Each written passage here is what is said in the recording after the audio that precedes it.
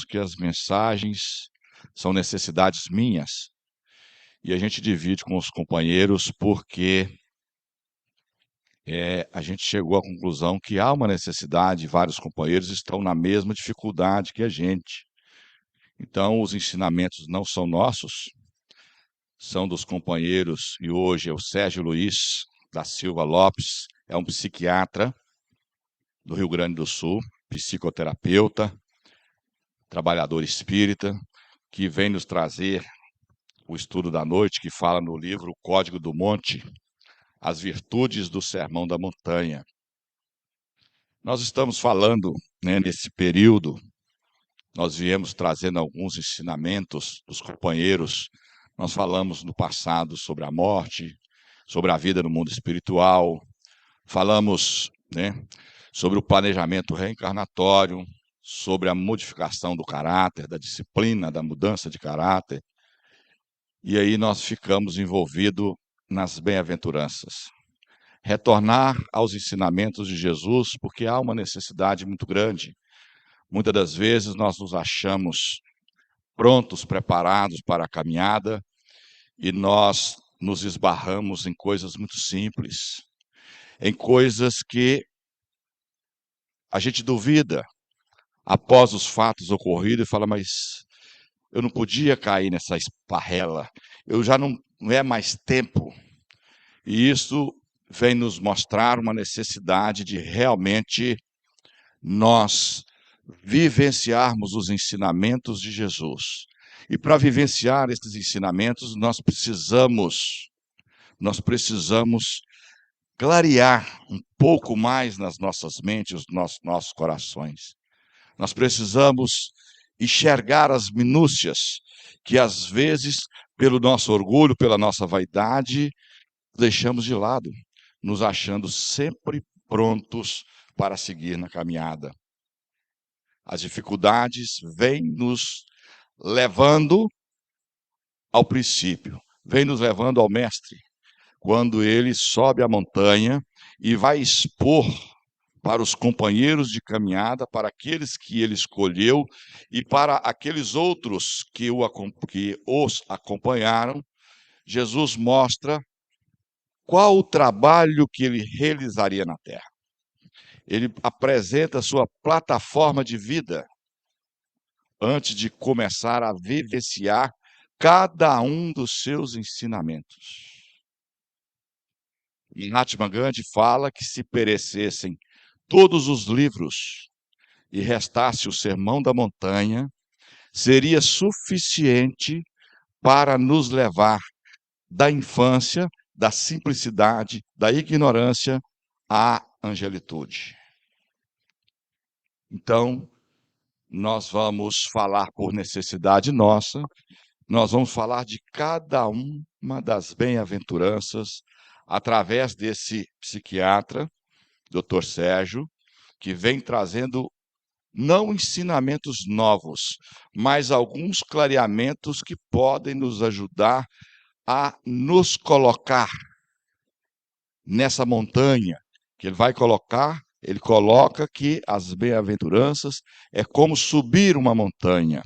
E aí nós vamos, cada um de nós, nos colocar aonde nós estamos e o que é que nós podemos fazer para nos melhorar.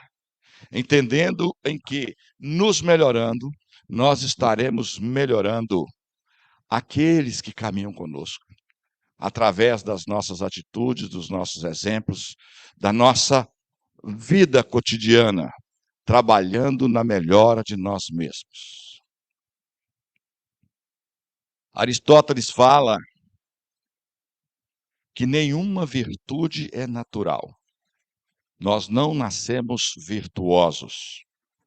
Nós precisamos buscar as virtudes. Nós precisamos vivenciar para que elas possam ser. Mas nós não somos espíritos novos, nós somos espíritos milenares. Nós já estamos num patamar da caminhada.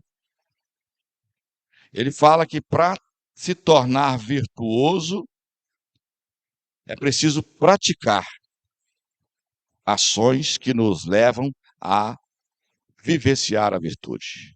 Então ele fala, praticando ações justas, que nos tornaremos justos. Ações moderadas, que nos tornaremos moderados. Ações corajosas, que nos tornaremos corajosos. Ações de desapegos, que vamos nos tornar desapegados. Ações de humildade, que vamos nos tornar humildes. Nós já estamos num patamar da caminhada. E aí no livro segundo do Evangelho segundo o Espiritismo, no capítulo 17, Kardec fala assim, reconhece-se o verdadeiro espírita, e nós vamos colocar assim, o verdadeiro cristão, porque o espírita e o cristão são uma e a mesma coisa, também nos diz o Evangelho. Reconhece-se o verdadeiro espírita pela sua transformação moral e pelos esforços que faz para vencer as suas más tendências. Reconhece-se o espírita pela sua transformação moral. Se ficasse só aqui, nós estávamos realmente endividados. Mas quando fala que pelos esforços que faz para vencer suas más tendências, fazer aquilo que nos é possível fazer.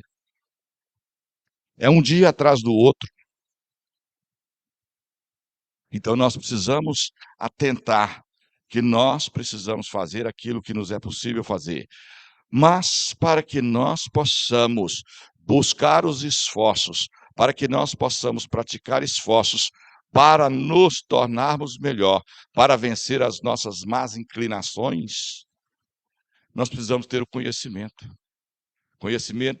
de nós mesmos, colocar para fora as nossas dificuldades. É como se quando nós fazemos uma reforma numa casa, nós precisamos fazer o levantamento daquilo que nós vamos fazer. Trocar o piso, trocar as janelas, fazer uma pintura. Então, depois que a gente faz o levantamento, nós vamos enxergar quais são as nossas condições para fazer a obra. E aí nós começamos a escolher.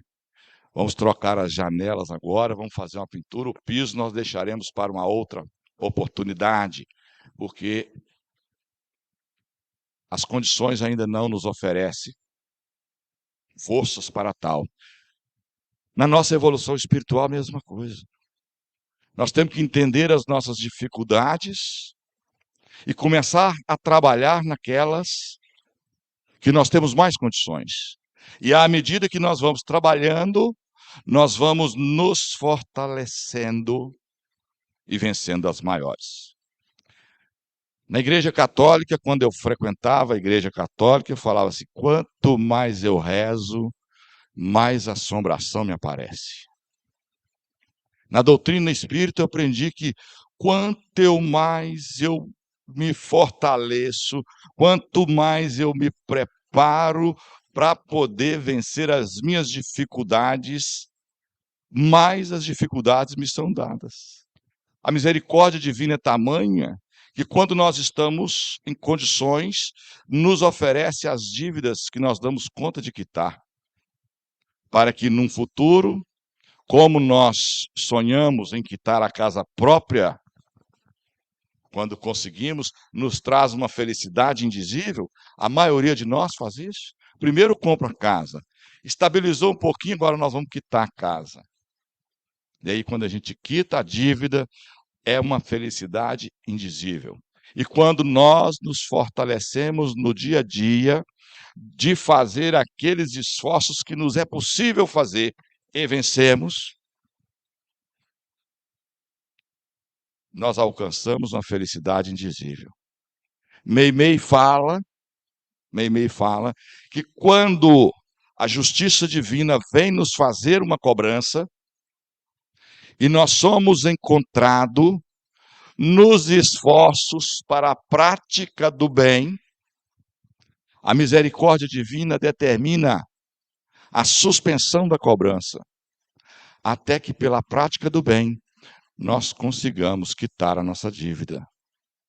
A prática do bem cura 1.000.000 de pecados. Então, pelos esforços, fazer aquilo que nos é possível fazer, para vencer as nossas más tendências e conquistarmos um degrau a mais na subida da montanha. Desenvolver virtudes, diz o companheiro, é como escalar uma montanha, como toda subida é árdua e cheia de sacrifícios. E só tem valor o que conquistamos com trabalho e persistência. De outra forma, nada prevalece. Aquilo que nos vem de graça vai embora de graça. Aquilo que nós conquistamos é valorizado. Quando nós queremos comprar a casa própria, normalmente nós que estamos na juventude, nós deixamos todos os recursos em função de comprar a casa própria. Modificamos a nossa vida, tiramos os nossos passeios, as nossas facilidades, tiramos os nossos confortos para comprar a casa própria. Quando nós compramos a casa própria, a felicidade é tamanha, é indizível. Então, só se tem valor as conquistas que nós fazemos com esforço, com sacrifício. E não estamos aqui para falar que alcançar a angelitude vai ser fácil. Não vai ser fácil. Mas falo para os companheiros que quando ele fala pelos esforços que faz para vencer as más tendências, nós não estamos falando de grandes coisas, nós falamos de pequenas coisas. As nossas maiores dificuldades, os nossos maiores tropeços estão dentro do nosso lar. Nós estamos com os nossos afetos e com os nossos desafetos. E é lá que estão as nossas dificuldades. Sandrinha Pinheiro fala que o dia que nós tratarmos os de casa como nós tratamos os da rua, nós seremos felizes. E nós temos que pensar nisso. Porque lá na rua nós somos os tais e os quais, todo mundo sorriso, é só sorrisos e abraços. Quando a gente abre a porta da casa, as coisas modificam. Eu estou falando de mim, mas eu queria que os companheiros pensassem. Mas vejam bem, eu tenho uma felicidade muito grande quando eu trato mal os meus que eu gosto. Hoje eu tenho uma felicidade que me traz uma dor. Há pouco tempo, bem pouco tempo, não trazia dor nenhuma, tratava mal e achava que estava certo. Mas, quando eu vim para a doutrina, essa doutrina consoladora, Paulo de Tarso falava assim: o bem que eu quero fazer eu não faço, mas o mal que eu não quero, este eu faço. Então eu choro quando eu trato mal os meus companheiros de casa, mas eu me apego em Paulo de Tarso, porque ele, no fim da vida, e é uma vida de trabalho, ninguém vai fazer conquista da noite para o dia. Todas as nossas conquistas é uma vida de trabalho. É 25, 30, 35 anos, 40 anos, em qualquer setor de atividade. Os professores, no final da vida, vão olhar para trás e ver o que conquistou. Meu pai, pedreiro, no final da vida, olhou para trás e viu lá os puxadinhos que foram feitos. Advogados, médicos, enfermeiros, todo mundo, qualquer setor de trabalho é uma vida de trabalho. Então, quando Paulo de Tarso, no final de uma vida, ele fala: hoje não sou eu que vivo, é o Cristo que vive em mim. Isso me consola, porque hoje eu ainda estou vivendo o homem velho, mas estou trabalhando para suprir essa vivência do homem velho. E quando eu saía dos limites um pouquinho, minha mulher falava assim, minha mulher é espírita, ela falava assim: já veio o homem velho. No princípio aquilo eu ficava, mas eu ficava assim, chateado. Quando eu entendi Paulo de Tarso, eu falei assim: o homem velho uma hora vai. Então, o meu trabalho, é de buscar o corte, né, entre o homem velho e o homem novo. Mas é uma ou várias existências, porque nós somos espíritos milenares trazendo dificuldades milenares. Então nós não vamos modificar-nos da noite para o dia. No Sermão da Montanha, em cada bem-aventurança, destaca uma virtude e que não foi trazida, não foi apresentada ao acaso. Nota-se uma progressão que faz refletir o caráter evolutivo da nossa moral. As virtudes são entrelaçadas e interligadas. Então, nós não seremos mansos de coração se nós não tivermos humildade. Nós não teremos sede de justiça se nós não tivermos resignação, se não formos humildes, mas vamos vivenciar em todas elas, nós estamos permeando todas elas. Elas estão entrelaçadas. Nós vamos falar delas uma a uma, mas elas estão juntas. Não tem como desenvolver uma sem desenvolver a outra. Então, nós temos as nossas dificuldades, sim, mas temos já uma evolução caminhada.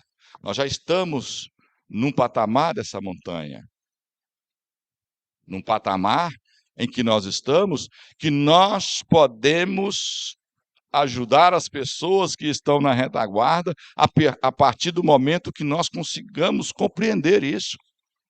Nós necessitamos de ajuda, precisamos saber que a subida é difícil, que precisamos de ajuda, mas no patamar que nós estamos, nós já conseguimos divisar o caminho em que passamos. Então, nós também podemos ajudar as pessoas. Questão 909 de O Livro dos Espíritos. Poderia o homem, pelos seus esforços, vencer as más inclinações? Sim. E frequentemente fazendo esforços muito insignificantes. O que lhe falta é a vontade. Ah, quão poucos de vós fazem esforços. O que falta é a vontade. Precisamos entender que nós podemos sim modificar as nossas más inclinações. Nós não somos pau que nasce torto e morre torto. E nós precisamos saber disso. As dificuldades é inerente a cada um de nós, mas nós podemos, com esforços insignificantes, mas perseverantes, modificar a nossa caminhada. Mas para que nós possamos fazer isso, precisamos entender, precisamos colocar para fora qual que é as nossas dificuldades, quais são as nossas más inclinações. E essa é a nossa dificuldade. Humildade, virtude que nos dá o sentimento de fraqueza, de entendimento que nós somos necessários, que somos filhos do mesmo Pai, que nós ainda temos necessidades a alcançar, que nós temos ajuda a receber, mas entendendo também que nós podemos ajudar. Nenhum de nós está num patamar que não possa ajudar alguém, e nenhum de nós está num patamar que não precisa mais de ajuda. Característica de submissão daquele que se coloca abaixo dos outros. Tem origem em humus, do latim, e quer dizer terra. O humilde é a pessoa que possui a lucidez de sua natureza mais básica, a que nasce da terra, que tem um princípio, que tem um início, e que todos nós partimos do mesmo princípio. A diferença que nós temos de cada um, de um pelo outro, é a evolução conquistada. A diferença de um. Mas todos nós nascemos no mesmo princípio. Todos nós saímos do mesmo ponto de partida para chegar à angelitude. Entendendo que todos nós chegaremos à angelitude. Nenhuma das almas ficará perdida. Todas chegarão ao aprisco do Pai. Umas mais cedo, outras mais tarde. Aquelas que trabalham com afinco chegarão mais cedo. Aquelas mais preguiçosas chegarão mais tarde. E o sofrimento, as dificuldades, inerente àquilo que eu trabalho, ao meu estudo e à minha prática. Quando eu perco um ano na faculdade ou na escola, é um ano de sofrimento, porque eu vou ter que repetir, é sofrimento. As dificuldades serão maiores, vou ter que correr mais. Na nossa evolução, é a mesma coisa. Cada oportunidade que nós perdemos, nós teremos mais dificuldades na próxima. Então, precisamos aproveitar esta oportunidade ímpar que nós estamos tendo nessa encarnação. Ele fala que nada se inicia senão pela humildade. Por isso ela é a primeira das virtudes. Como na subida da montanha é preciso primeiro chegar-se ao pé do monte. Na evolução espiritual tem a mesma dinâmica. Não tem como subir a montanha se você não chegar no pé. A gente chega no pé da montanha primeiro. Não tem jeito de começar por cima. Mas muitas vezes nós achamos que nós somos os tais e os quais, que nós já estamos num patamar superior. E aí vem essas dificuldades do dia a dia, esses tropeços do dia a dia, para nos mostrar que nós precisamos retornar à base, fazer uma caminhada segura. E não tem como nós começarmos do meio para cima. Nós temos que chegar no pé. Moralmente avançamos à medida que vencemos, pelos nossos esforços, o monte das dificuldades e desafios. Então nós precisamos vencer, subir a nossa montanha, vencendo as nossas dificuldades, com os nossos esforços, um dia atrás do outro. Mas precisamos conhecer as nossas dificuldades, porque senão nós vamos ficar dando volta em volta da montanha, sem saber como é que nós vamos começar a subida. Porque é vencendo as dificuldades que nós subimos. É vencendo a dificuldade que nós olhamos para o companheiro de caminhada e podemos falar com ele: eu já passei por essa trilha. E esse caminho é muito difícil. Então, quando um pai vira para o filho e que precisa falar com o filho que ele está no caminho que não devia, por exemplo, um pai que bebeu e que o filho aprendeu a bebida com ele, e o pai quer mostrar para o filho como é que ele faz. Meu filho, eu já passei por esse caminho. Tem muitos espinhos, tem muitas dificuldades. Então nós precisamos modificar a nossa caminhada. Então nós precisamos conhecer o caminho para podermos guiar os companheiros de caminhada. Se nós não conhecermos o caminho, não tem como. É cego guiando cego. Não há como avançar sem esforço, com as devidas paradas para a recomposição de forças. Nós retornaremos ao mundo espiritual tantas quantas vezes forem necessário para sairmos da simplicidade e chegarmos à angelitude. Então, a morte nos leva ao plano espiritual, mudança de estado, nós mudamos de estado, retornamos ao mundo espiritual, realinhamos a nossa caminhada, olha, uma parada que nós fazemos mais prolongadas, nos preparamos e retornamos para refazer a caminhada, refazer aquilo que nós não fizemos, realinhar a nossa situação. Então, há um esforço, mas sempre tem oportunidades. A partir do momento em que nós pedimos ajuda na nossa subida, na nossa caminhada, a ajuda chega. Mas precisamos entender que somos fracos, que somos frágeis, que somos necessitados. E muitas vezes nós nos apresentamos diferentemente disso. Tudo começa pela humildade, particularmente a caminhada da descoberta de si mesmo. Conheça-te a ti mesmo, base da filosofia de Sócrates. Olhar para si implica estar aberto a perceber o que se tem de bom, mas também o que se tem de ruim. Conhecer a nós mesmos não é conhecer só as qualidades. Temos que ter a sabedoria de entender que nós somos frágeis, que nós somos necessitados, que nós não somos os tais e os quais, e que nós precisamos de ajuda. A partir do momento que a gente entende, nós vamos perceber aquilo que nós temos de bom e ser aquilo que nós somos, mas entender que nós somos espíritos necessitados, que nós somos espíritos em caminhada e que nós precisamos de ajuda. Pai, perdoa as minhas dívidas, com o compromisso de perdoar os companheiros de caminhada. É esse o entendimento da humildade.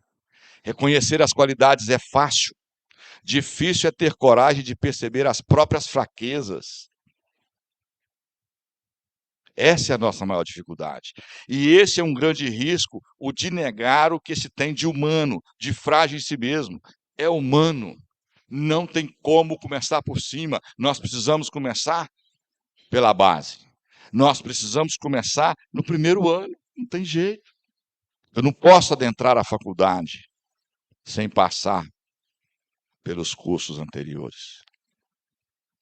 Então, esse é um grande risco, de negar as nossas fragilidades, de achar que nós somos os tais e os quais. O orgulhoso não tem essa disposição. Ele julga-se bom o suficiente, não vê falhas em si, só nos outros. A gente consegue encercar o cisco no olho do outro. A gente quer tirar as dificuldades do outro. A gente quer ensinar ao outro a fazer uma vivência melhor.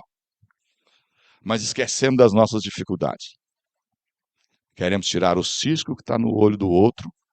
Insensato que somos, que precisamos tirar a trave dos nossos olhos. Porque a partir daí nós vamos enxergar que o olho do outro não tinha um cisco.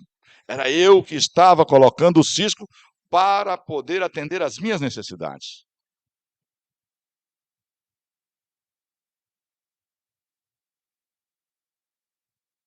Os prepotentes não vêem nada para melhorar ou para mudar, como se já fossem melhores ou já estivessem prontos. Prepotentes quer dizer ainda não potente. Prepotência é insegurança, imaturidade, um anúncio de que ainda não chegou à potência, que ainda não tem a maturidade de entender as suas dificuldades, que só vê a dificuldade no outro. E quando o outro não tem defeito, ele coloca. Porque ele não pode estar por baixo, ele tem que estar por cima. Quem está seguro de si não precisa anunciar-se, menos ainda impor-se, porque está tranquilo da sua posição. Quando um companheiro está pronto, ele não precisa anunciar. O grupo escolhe. Não é assim? Quem é que nós vamos chamar para ser o presidente da casa? Vai lá e pensa. Não é que outros não têm condição, mas aquele que. Mas ele não precisa anunciar. Em todos os lugares as pessoas são escolhidas. A partir do momento que nós entendemos as nossas dificuldades, as nossas fragilidades e trabalhamos por ser aquilo que realmente nós somos. A vaidade e o orgulho se disfarçam de várias maneiras. E ele fala aqui da vaidade mais perigosa, que é a vaidade intelectual. Trata-se daquela pessoa com aparência de simples, de despojada, bacana para todo mundo, bacana à primeira vista, é um camarada gente boa, mas que quando começa a falar em suas frases, sempre encontramos o pronome eu. Nós precisamos tomar cuidado. Como é que nós estamos nos portando conosco e com as pessoas que caminham conosco? A vaidade intelectual demonstra atraso espiritual e insegurança, tornam as pessoas desagradáveis na convivência. Todos nós temos que olhar para nós e todos nós vamos chegar a pessoas nessas condições. Na relação com os outros, o prepotente, o orgulhoso é um fracasso. Ninguém suporta uma pessoa que tem sempre razão. Marca registrada do orgulhoso e do prepotente. Nos relacionamentos, ele nos fala, só tem uma resolução para os conflitos, quando um ou ambos reconhecem suas falhas e limites. E aí nós começamos a entender as nossas dificuldades. Quando nós achamos que nós sempre temos razão, que o outro não tem razão, nós não conseguimos chegar a um denominador. Sérgio Luiz fala, no entanto, para ceder é preciso de humildade.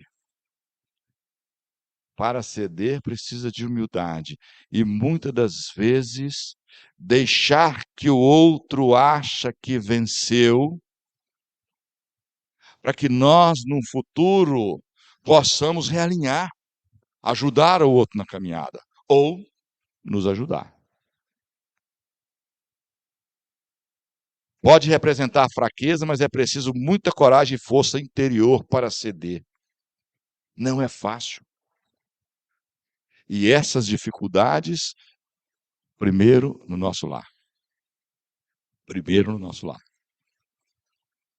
Marido, esposa, esposa com filhos, com filhas, marido com filhos. E a partir daí, nos nossos ambientes familiares, local de trabalho, casa espírita, templo evangélico, igreja católica. Né? A gente chega no trabalho, a situação vai se repetindo. Para vencer numa briga, basta ter força física ou alguma vantagem física. Para vencer a si mesmo, além da força interior, é preciso desarmar-se das vaidades e dos pontos de vista do orgulho. É isso que nós precisamos entender. É isso que nós precisamos olhar para dentro de nós. Como é que nós estamos com a nossa vaidade, com os nossos pontos de vista, com o nosso orgulho? Nós estamos vivenciando momentos em que os companheiros de caminhada que estão pensando de maneira diferente, nós estamos dividindo. Estamos dividindo casa espírita, famílias, por pensamentos, por vaidade, por orgulho, por pontos de vista que nós não aceitamos o ponto de vista do outro. E isso tem nos trazido muitos sofrimentos. Muitos sofrimentos. Em todos os locais. Locais de trabalho, templo evangélico, igreja católica, todas as instituições têm sofrido rachas, divisões, por causa da vaidade, do ponto de vista e do orgulho exacerbado. E nós precisamos pensar nisso. Como está, como eu estou me vendo. Para vencer a si mesmo, além da força interior, é preciso desarmar-se das vaidades, dos pontos de vista do orgulho. A sociedade aplaude os que se mostram mais arrogantes e positivos. São considerados pessoas de personalidade. Isso é comum. Nós aplaudimos pessoas firmes, de personalidades, mas às vezes sem conhecer a pessoa. E se nós conhecermos, nós íamos ver prepotente, orgulhoso, com dificuldades. Aquele que se submete, que passa despercebido, é fraco. O forte é o que ataca, o fraco é o que não reage. Essa é a nossa vivência.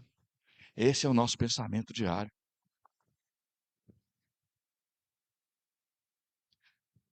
Quando Jesus fala em pobres de espírito, está se referindo aos humildes. Muitas das vezes eu já falei muito, você é um pobre coitado, você é um pobre de espírito. Nós falamos coisas que nós nem sabemos o que nós estamos falando. Algumas pessoas consideram estranho que Jesus tenha se referido aos humildes com a designação de pobres em espíritos, mas coloca pobres em espírito em sentido pejorativo, em sentido de pessoa ruim, de pessoas medíocres. Haroldo Dutra vai ensinar para nós, é um aprendizado bacana. Ele fala assim como alguém pobre materialmente necessita de recursos materiais, veja bem, O pobre em espírito necessita das riquezas espirituais. Aí dá para clarear nossa mente, nosso coração. Pobres de espíritos são aqueles que necessitam de riquezas espirituais, de coisas boas. Chamar de pobre em espírito, portanto, refere-se à abertura de quem sabe que necessita enriquecer-se espiritualmente. É esse o pensamento. A minha necessidade é me enriquecer espiritualmente. Eu sou pobre em espírito. Eu tenho necessidade de aprendizado espiritual para me vivenciar os ensinamentos de Jesus, que são ensinos, são palavras de vida eterna e que me levarão ao aprisco do Pai. Mateus, 12 anos de idade, era intelectual, apóstolo do Cristo, coletor de impostos, já rico, já era rico, com anel no dedo de Roma, judeu, com anel de dedo de Roma no dedo, 12 anos, e era o cobrador de impostos. Mas pobre em espírito, querendo enriquecer-se espiritualmente. Quando Jesus olha para ele e o chama, ele não titubeia, ele sente a necessidade de enriquecer de coisas espirituais, porque as materiais ele já tinha todas. Ele era inteligente, tinha condições financeiras, tinha de tudo. Tinha as regalias, tinha tudo. Ele entrega o seu anel, entrega a chave da coletoria e segue Jesus. Porque conseguiu compreender a sua pobreza em espírito, que ele era necessitado de enriquecer-se espiritualmente. Sem humildade, o espírito não pode desvencilhar da trama das sombras a que ainda se vincula no plano da animalidade, que todos nós deixamos para trás após a auréola da razão. E muitas das vezes, nós retornamos à animalidade. Muitas das vezes, nós ainda tratamos os nossos companheiros de caminhada com as mesmas pedras que nós tínhamos após a auréola, após receber a condição de pensamento contínuo, de livre-arbítrio. Nós ainda nos prendemos ao passado animal. E quando a mulher fala comigo, olha o homem velho, eu falo, ai meu Deus, é porque nós ainda tratamos as pessoas com um rigor exacerbado. Humildade é a virtude que olha para si e vê que a natureza interior está empobrecida, que precisa dilatar-se de valores novos. Como se nós, através da humildade, olhássemos para dentro e constatássemos: sou pobre em espírito, necessito enriquecer-me de novos valores, os de natureza espiritual. Nós precisamos olhar para nós e buscar esse entendimento. A partir desse entendimento, nós estaremos retornando à base da montanha, buscando qualidades que vão nos elevar ao topo. Mas precisamos desse entendimento. A humildade é a única tesoura capaz de cortar o homem já na idade da razão, mas que ainda se encontra atado ao peso da própria animalidade. A humildade é a única tesoura capaz de cortar o homem novo do homem velho. Essa é a nossa busca. É a nossa busca e a nossa vivência necessária para que quanto mais nós nos elevemos, quanto mais nos trabalhamos no bem, nós nos afastamos desse homem velho. Até que ele viva na nossa memória antiga, que já não tem mais condições de sair do porão. É esse o trabalho que nós precisamos fazer. Jesus via por dentro, ao contrário de nós que mal vemos por fora.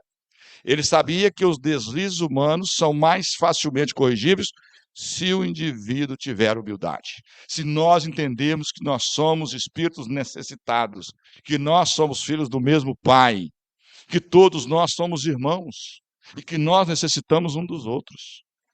A partir do momento que nós tivermos esse entendimento da nossa fragilidade, da necessidade de nos olharmos, entender as nossas necessidades espirituais, trabalhar essas necessidades para que nós possamos ajudar os nossos companheiros de caminhada. É por isso que a primeira virtude é a humildade. Todas as demais serão possíveis, desde que na base haja o alicerce da pobreza em espírito, do entendimento que nós somos espíritos ainda em caminhada, que nós necessitamos de nos enriquecer cada vez mais de valores espirituais, de valores elevados, de valores que nós encontramos no caminho com Jesus. Esse é o caminho. Jesus é o caminho. Jesus nos indicou um tesouro. Kardec deu-nos o mapa, mas a escalada é nossa, é de cada um de nós. Entendendo que a base da montanha é necessária para que nós possamos atingir o topo. Não tem outro caminho. Que Jesus nos abençoe e nos guarde, hoje e sempre. Muita paz, muito obrigado pela presença de cada um de vocês, entendendo que o Hudson falou no início, que quando nós nos propomos a sair de casa, num dia de jogo, né, num dia de programas, um dia de família, para virmos conhecer os caminhos de Jesus, a espiritualidade já está imantada em nós. E todos aqueles que estão em nossas mentes, em nossos corações, mesmo que inconscientemente, já estão sendo amparados também, já estão sendo ajudados também. Então, vir à casa espírita, ao templo evangélico, à igreja católica, a um local de trabalho no bem, de aprendizado no bem, nos traz amparo, proteção para nós e para todos aqueles que estão em nossas mentes e nossos corações. Muita paz, muito obrigado.